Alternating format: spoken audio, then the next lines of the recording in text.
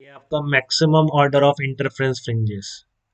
तो ये जो आपका वाई डी एस सी है S1 S2, बेटा ध्यान रखना ये standard Y D S C कुछ नहीं लिखा हुआ क्वेश्चन में, एकदम यही पिक्चर दिमाग में आएगी। मैं वेरिएशन तो इसमें बहुत कराऊंगा, बट अगर कुछ नहीं स्पेसिफाई कर रखा है तो simple Y D S C तो यही है आपका। इस तरह बनाना भी आ गया होगा आपको काफ़ी 2-3 बार, इसलिए मैंने ड्रॉ कर दिया आपके लिए। S1 S2 एस से चलेगा इस तरह से। ये है, ये वो पॉइंट है। अभी नॉर्मल वाईडीएससी के लिए तो ये सेंट्रल मैक्सिमा है, तो इसमें कहाँ तक जा सकता है? तो आप देखो साइन थीटा की मैक्सिमम वैल्यू क्या हो सकती है, 90 तक हो सकता है। तो मैक्सिमम पार्ट डिफरेंस कहाँ तक हो सकता है, डी तक। तो एन की मैक्सिमम वैल्यू क्या हो सकती है, अगर मैं सेंट्रल मैक्स उसकी मैक्सिमा की बात करूँ तो एन मैक्सिमम कहाँ तक हो सकता है, d by lambda n maximum हो सकता है। ठीक है, या फिर मैं बोलूँ साइन थीटा की वैल्यू पता है आपको लेस देन वन होती है, तो एन लेस देन वन, तो n less than d by lambda होगा। तो अगर मान लो ये 3.5 आ गया तो इंटीजर होना चाहिए, तो एन लेस देन किस एन थ्री के बराबर हो जाएगा मैक्सिमम में। तो डी वाई लेमडा से आप चेक कर सकते हैं कि मैक्सिमम कितने कितने मैक्सिमा बन सकते हैं। सब कुछ डी वाई लेमडा पे डिपेंड कर रहा है। ठीक है, तो आप वो लगा सकते हैं कि मैक्सिमम कितने मैक्सिमा या मिनिमा हो सकते हैं, ये सब डिपेंड करेगा डी वाई लेमडा। आप चेक कर लो एन लेस देन करके। अगर 4.4 आ गया तो 4 है, 4 ही आ गया तो आप 4 लेना और नहीं लेना वो डिपेंड करता है कि आपके लिए क्या लिखा हुआ है, एक्सट्रीम वाले इंक्लूड करने हैं कि नहीं, वो मेंशन होना चाहिए। नहीं तो डिफॉल्ट कोई तरीका नहीं है कि कोई स्टैंडर्ड बता दूंगा। ठीक है ना, उसको लिखना ही चाहिए, नहीं लिखता तो फिर बहुत बड़ी बेवकूफ़ी है बेटा। वो कुछ भी हो सकता है, कहीं इंक्लूड कराते हैं कहीं नहीं कराते हैं। ठीक है, ये width of slit same then I1 equals to I2। ये विड्थ पे डिपेंड कर रही है बेटा, जो इंटेंसिटी कर रही है ना यहाँ पर, कितनी आपने ओपनिंग रख रखी है। तो ये प्रोपोर्शनल टू है इसके ओपनिंग ओपनिंग विड्थ कौन सी, अंदर जो जितना है उधर जा रहा है, फिर पेपर के प्लेन के अंदर, तो उसके प्रोपोर्शनल है। तो ये बहुत बार आ जाता है कि एक की विड्थ ट्वाइस है दूसरे की, तो जो सुपर इम्पोज करने वाली होंगी I1 I2 उसका रेशियो भी कुछ आ जाएगा। मतलब ऐसे बोलता है कि एक की विड्थ इंटरफेरेंस में ट्वाइस है दूसरी विड्थ की, तो बताओ मैक्सिमम और मिनिमम इंटेंसिटी का रेशियो कितना होगा, ऐसे क्वेश्चन पूछ लेता है। तो आप बता पा रहे हैं कि अगर आपकी एक की ट्वाइस हो गई तो इंटेंसिटी का रेशियो 2:1 हो जाएगा। मैक्सिमम और मिनिमम का रेशियो आपको पता है क्या होगा, √I1 plus √I2 upon √I1 minus √I2 का होल स्क्वायर। तो आप डिवाइड कर दो ऊपर नीचे I2 से, I1/I2 मिल जाएगा आपको उसमें।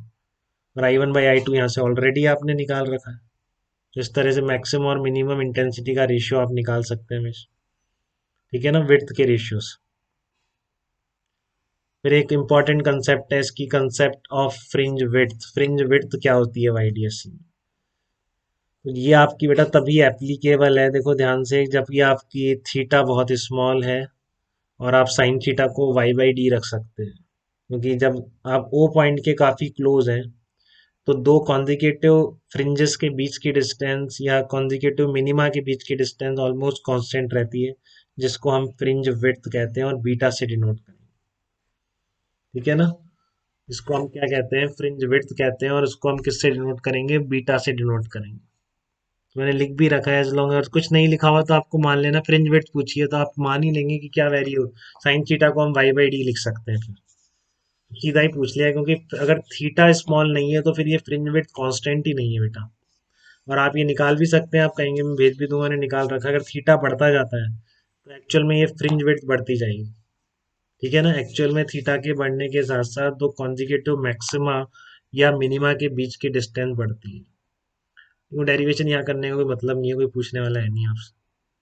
बट आप ध्यान रख सकते हैं कि बीटा तभी कांस्टेंट है, देखो आप, क्योंकि जब ये थीटा को आप साइन थीटा को y/d रख सकते हो, तो देखो nth मैक्सिमा कहाँ पर बनेगा, यही है आपका d sine theta equals to n lambda. This is the condition of maxima of interference. तो यहाँ पर आपका क्या कह रहा हूँ मैं, कि अगर आपका थीटा बहुत स्मॉल है तो आपने y/d रख दिया है। nth बाइट फ्रिंज की डिस्टेंस ओ पॉइंट से कितनी हो गई, n लेमडा ये हो गई, वाई एन है तो n lambda D by small D आ जाएगी। फिर दूसरी मैंने Y N N plus one bright fringe होगी, तब पार्ट डिफरेंस n+1 लेमडा हो जाएगा। दोनों का डिफरेंस ले लीजिए, तो देखो yn+1 माइनस वाई एन किसके बराबर आ जाएगा, lambda capital D upon small D. तो ये फार्मूला है फ्रिंज विड्थ का। ठीक है ना, तो ये आपका फ्रिंज विड्थ का फार्मूला होता है lambda into capital D upon small D. This is the formula for fringe width of fringes in interference. कुछ कह रहे हो बेटा?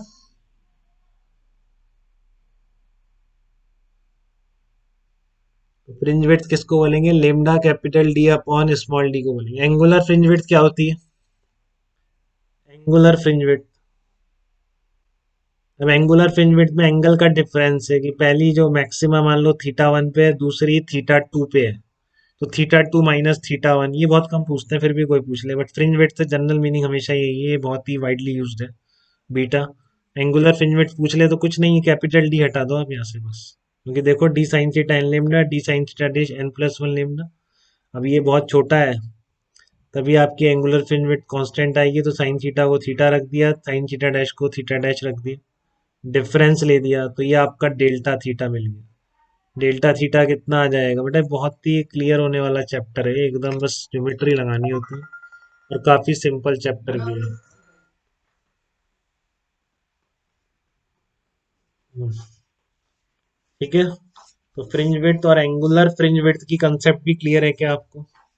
कैसे यूज करनी है? ये ये फार्मूला नोट कर लीजिए एक बार, बीटा का फटाफट यूज करेंगे, lambda into capital D upon small D. ये मीनिंग क्लियर है आपको? ये जो दोनों स्लिट्स के बीच की डिस्टेंस है स्मॉल डी है, और स्क्रीन के प्लेन और स्लिट्स के बीच का सेपरेशन कैपिटल डी। ठीक है, तो फ्रिंज विड्थ कितनी आएगी? Lambda capital D upon small D निकल के आएगी।